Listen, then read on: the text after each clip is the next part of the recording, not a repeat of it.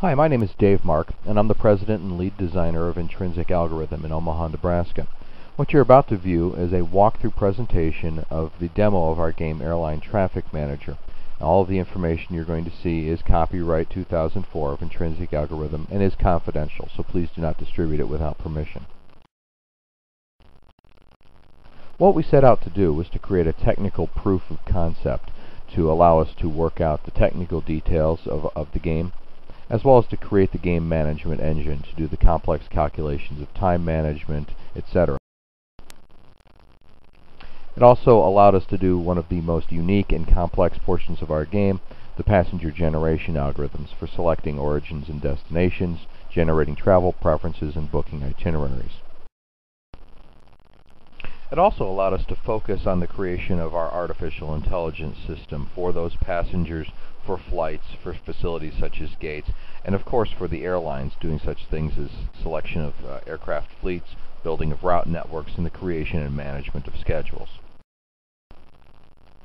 And what this is not is a proof of interface. We specifically designed a throwaway Windows interface to allow us to focus on creating the engine of the game. It's only a rough representation of the interface of the game. The end product would have typical management simulation controls. The game is functional, however, to show, but not necessarily seamlessly playable at this time. So the purpose of this presentation is to show the basic concept of the game and to demonstrate the unique selling points of the game, that we are using a real world with real time, generating real passengers with real priorities, using real weather, and creating for the player real challenges. And all of those put together means that we have created a real airline simulation.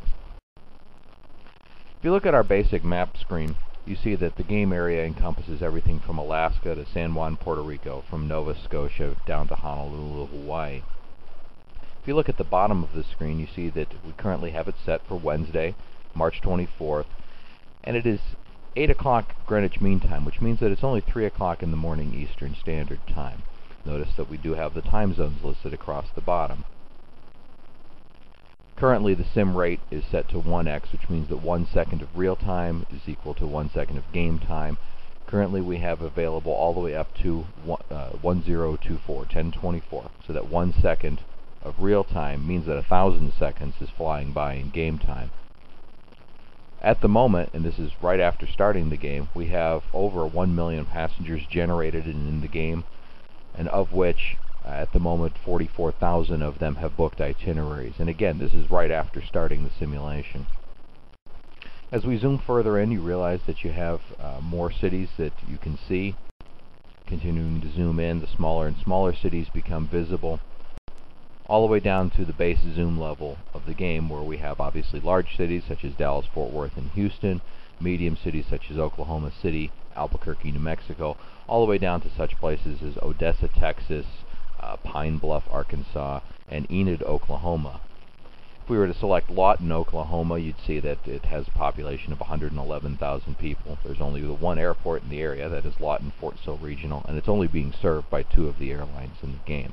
So that gives you an idea of the big all the way down to the little that is available in the game.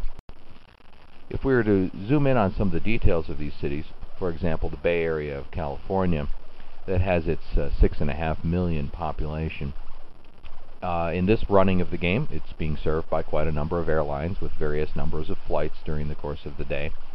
And they're using all 3 of the area airports, San Francisco, San Jose, Oakland, with San Francisco, of course, getting the bulk of the traffic. In this case, 32 flights or 58%. There's a variety of different travelers in the Bay Area. Most of them are traveling for business or personal, as we see 43% for business or 29% personal reasons. We'll get more on the types of travelers later. And they're going to a variety of destinations around the country, primarily the large cities, Los Angeles, New York, the D.C., Baltimore area, Chicago, Dallas, etc. If we were to look at another city, in this case Orlando, it only has a population of about 1.5 million in the area. Of course, it's being served by quite a few different airlines. Notice that Silver Cigar Airlines, or Airways, has 76% of the traffic, 158 flights. Well, obviously they are based in Orlando. There's only the one airport there, which is getting 100% of the flights, certainly. But as we look at the type of passengers, we notice that while there are business and personal travelers, the predominant type of traveler that is using Orlando is leisure passengers, 70% approximately in this case. If we were to go to a very small city such as Pocatello, Idaho, there's only 73,000 people there. It's only being served by one airline with one flight per day. And that makes sense because there's really not that many passengers that are traveling to or from Pocatello, Idaho. But of course they are traveling to places all around the country.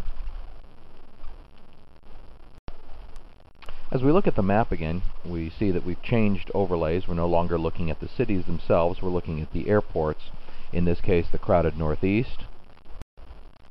Or we could look at the Southwest, for example, where things are a little more sparse. For example, Nevada only has Reno and Las Vegas. With all of those different sized cities and all of the different airports that serve them, it gives a lot of flexibility into what you and the computer choose to do for running your airline. In this case, A to B lines chose to be based out of Phoenix and run a regional airline. This airline here is based out of Dallas and is serving all of the large cities in the country. And this one, named Massive Lines, is pretty much serving every city in the country with a variety of large aircraft and small aircraft. In fact, every time the game is run, all of the computer-controlled airlines analyze the map, the passengers, etc., and choose what type of airline they want to run, to what cities, and what sorts of aircraft that they want to use. In this example, A to B Airlines, as we saw earlier, is simply running 30 aircraft that are commuter class with 68 passengers each. Whereas this airline, Lorry Lines, is using 5 different types of aircraft, ranging from the Boeing 757-200, which seats 200 passengers, 188 of them in economy class and 12 in first class, medium-sized aircraft such as the Airbus 320, which seat 142, and 33 Embraer regional jets, which seat only 50. Now, when you acquire aircraft in the game, there are technical considerations, of course, such as the seating capacity we just talked about, the flight range of the aircraft, cruising speed, and then the runway length and gate space needed for this aircraft. There's also financial considerations, of course, such as the purchase or lease cost, and the cost of operation, cost of the fuel used, crew labor, catering, etc., and then the maintenance cost, not only how much it costs, but how often you would need to maintain an aircraft. You're also able to select the aircraft configuration, and that can be the cabin configuration, where you may want a one-class seating where they're all in economy, or multi-class so that you can have first class, business class, coach, etc. And for each of these classes of service, there's different ranges for seating space, that is the seat width, or the seat pitch, or the leg room. And then, of course, for each class of service, you can select the entertainment available, whether that be nothing at all, audio only, taped video, or even live satellite TV that we're seeing in the airlines today. And then the beverage and meal service, whether that be a drink only, a simple snack, a meal, or a deluxe meal.